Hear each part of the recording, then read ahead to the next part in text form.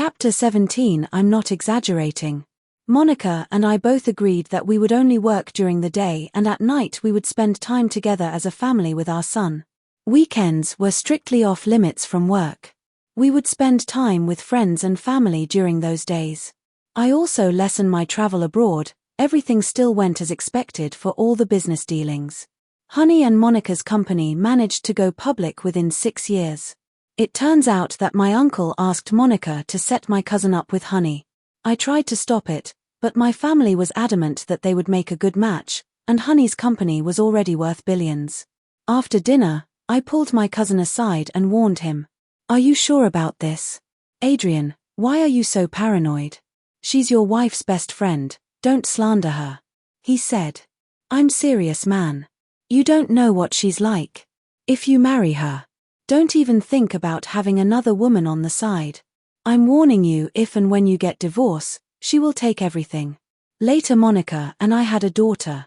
After our kids finish elementary, Honey urged Monica to go get her master's degree and set a good example for our kids. After 10 years, Monica finally got her master's. Despite my warning, Honey and I became in-laws through one of my cousins. She still hates me. When Honey got wind of my cousin's flirty secretary, she set up a hidden camera in his office to catch them in the act. She then uploaded the video of his secretary in the act of seducing him, and it turns out that his secretary already had a boyfriend. When the video came out, my family begged Honey not to file for divorce. Honey said to my cousin, "You an idiot, you know that." She stopped the divorce proceedings when she found out she was pregnant. Everyone thought that Honey was submissive, wife. Later she posted another video explaining her reasoning for not divorcing her good-for-nothing husband. Chapter 18. You should have listened. In the video she stated, "To all married women, if you find out that your husband has a side dish, you may think that getting a divorce is the answer to your problems. But I realized that getting a divorce would just give them what they want. If I had gotten a divorce, I would have halved or maybe all access to our marital assets, but not the premarital assets once. Considering we've only been married for a few years. What I would get if we divorce would be pennies and dimes compared to what I would get if I stay. By staying married, all his assets would be mine upon his death, ensuring that none of it would go to his woman, and being the legal wife I have the right to kick her off my husband's property.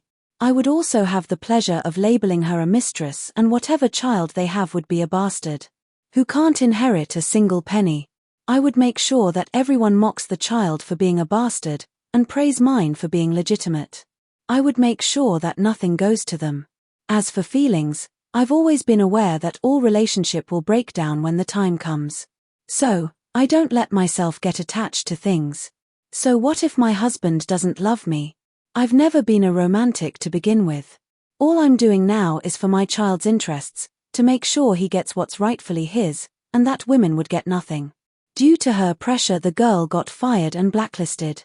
She even made a campaign to shame and slander mistresses and other women. At a dinner, my aunts applauded Honey for how she handled things.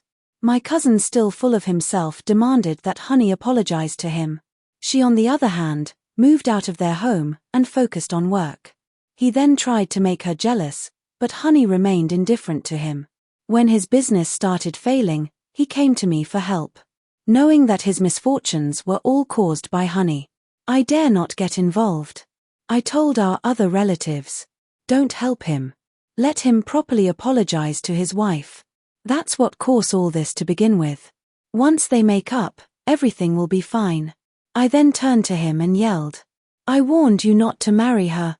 I turned back to my relatives and said, "I told you he can't handle her as his wife." Chapter 19. I wouldn't dare. My aunt then said, "Monica, can you please mitigate between them?" My wife then said, "I had an argument with her once. I felt so degraded afterwards, I cried for hours. It's best if he just apologize." Monica asked Honey, "You're staying in your marriage, yet you advise me to get divorce if Adrian cheats."